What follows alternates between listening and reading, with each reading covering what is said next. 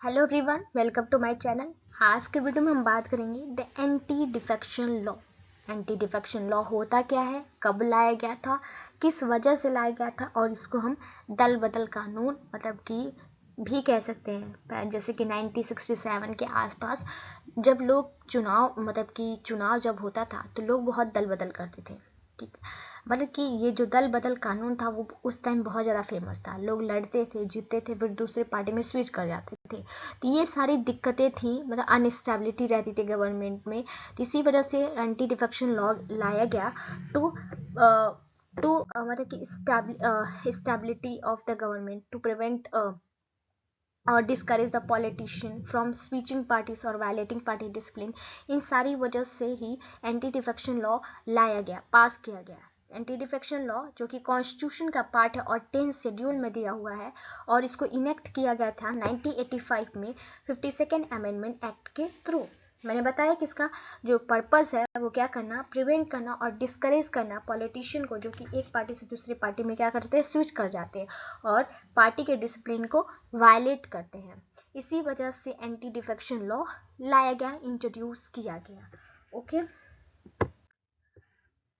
Anti defection law punish करता है किसी भी इंडिविजुअल्स या मेंबर्स ऑफ पार्लियामेंट को, जो कि एमपी या एमएलए यानी कि लोकसभा के मेंबर हो या राज्यसभा या लेजिस्लेटिव असेंबली के ही मेंबर क्यों ना हो। वो जितने भी मेंबर है, अगर एक पार्टी से दूसरी पार्टी में वो जाते हैं तो उनको पनिश किया जाएगा, डिस्क्वालीफाई कर दिया जाएगा पार्लियामेंट से।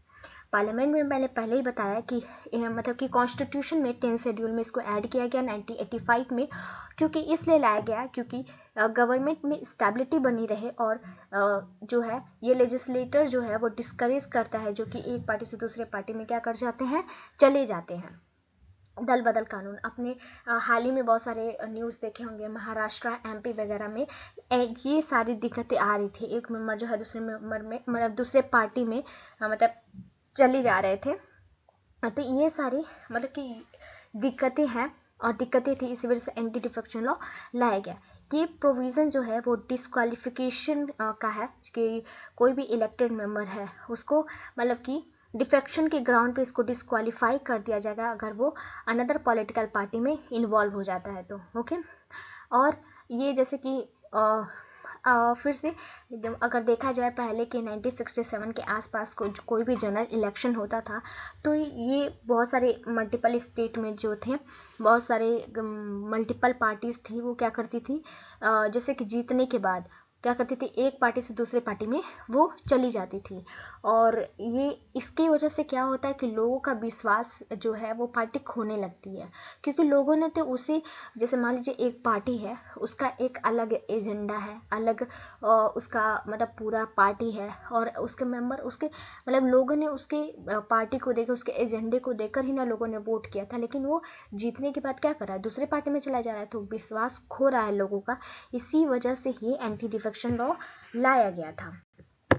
कौन कौन से ग्राउंड है डिस्क्वालिफिकेशन के, तो देखते हैं कि अगर कि कोई भी इलेक्टेड मेंबर है वो गिव अप कर देता है अपने पॉलिटिकल पार्टी से वॉलेंट्रली, अपने की पार्टी का मेंबरशिप है वो वॉलेंट्रली गिव अप कर देता है, इस ग्राउंड पे भी उसको डिस्क्वालीफाई कर दिया जाएगा। अगर मान लीजिए कि कोई भी पॉलिटिकल पार्टी है, वो क्या करती है कि मान लीजिए पार्लियामेंट में कोई वोटिंग होता है तो क्या करता है कि वो एब्सेंस हो जाता है जिस दिन वोटिंग रहता है पार्लियामेंट में, किसी मान लीजिए लॉ बनाने के लिए या किसी कोई बिल पास हो रहा है, तो वो बोलता है या तो ये बोल देता है कि नहीं मैं आऊँगा लेकिन वोट नहीं दूंगा, या एब्सेंस हो जाता है हाउस में। तो ये सारे जो है पॉलिटिकल पार्टी में अगर इश्यूज खड़े होते हैं, अगर वो ऐसा काम करता है अपने पार्टी के ही कि अगेंस्ट जाता है, तो भी वो क्या होगा, डिस्क्वालीफाई होगा। और कोई भी मान लीजिए मेंबर है, वो इंडिपेंडेंटली इलेक्ट होता है और कि जीतता है, वो अपनी कि इंडिपेंडेंट उसकी कोई पार्टी नहीं है, कोई स्पेसिफिक पार्टी नहीं है या फेमस पार्टी नहीं है, वो इंडिपेंडेंट चुनाव लड़ा और जीत गया। लोग उसे इंडिपेंडेंट ही देखना चाहते थे, उसे इंडिपेंडेंट ही पसंद करते थे, लेकिन वो जब चुनाव लड़ा और जीता, लेकिन जो दूसरे पार्टी में जाके मर्ज हो गया, तो ये भी तो गलत बात है ना, ये भी विश्वास खो रहा है लोगों का।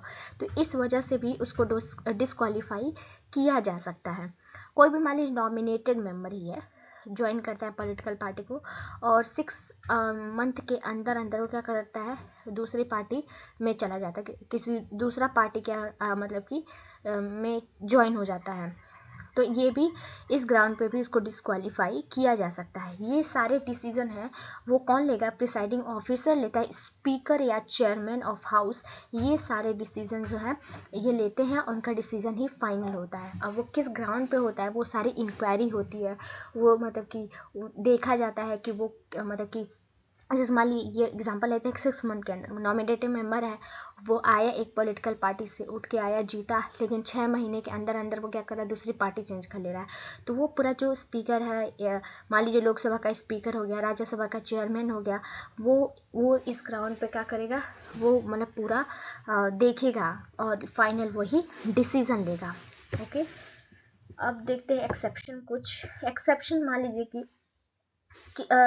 एक मान लीजिए एक पार्टी है जिसके 2/3 मेंबर ही क्या बोल देते हैं, डिसाइड कर लेते हैं कि नहीं, अब हम ये पार्टी छोड़ के हम दूसरे पार्टी में मर्ज हो रहे हैं, और डिसाइड कर लेते हैं दूसरे मतलब कि ज्वाइन कर लेते हैं दूसरा पार्टी, और अपनी ओरिजिनल पार्टी से हट के वो एक मतलब कि दूसरे पार्टी में ज्वाइन कर लेते हैं। तो ये जो एक्सेप्शन है वो एंटी डिफेक्शन के अंदर नहीं आएगा, वो डिस्क्वालिफिकेशन के बाहर हो जाएगा। क्योंकि जैसे मान लीजिए 2/3 बहुत, मान लीजिए 67 या 68 कुछ ऐसे मेंबर होते हैं, उनको एंटी डिफेक्शन इन पे लॉ लगाना बहुत मतलब कि बहुत ही ज़्यादा मुश्किल हो जाएगा, और वो मान लीजिए 2/3 मेंबर को मनाना और मतलब दूसरी पार्टी में मर्ज करना बहुत मुश्किल काम है।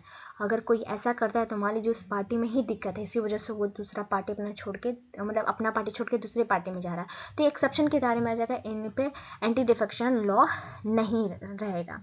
ओके, तो ये सारे एक्सेप्शन है जो कि आज के वीडियो में मैंने मतलब कि कवर किया।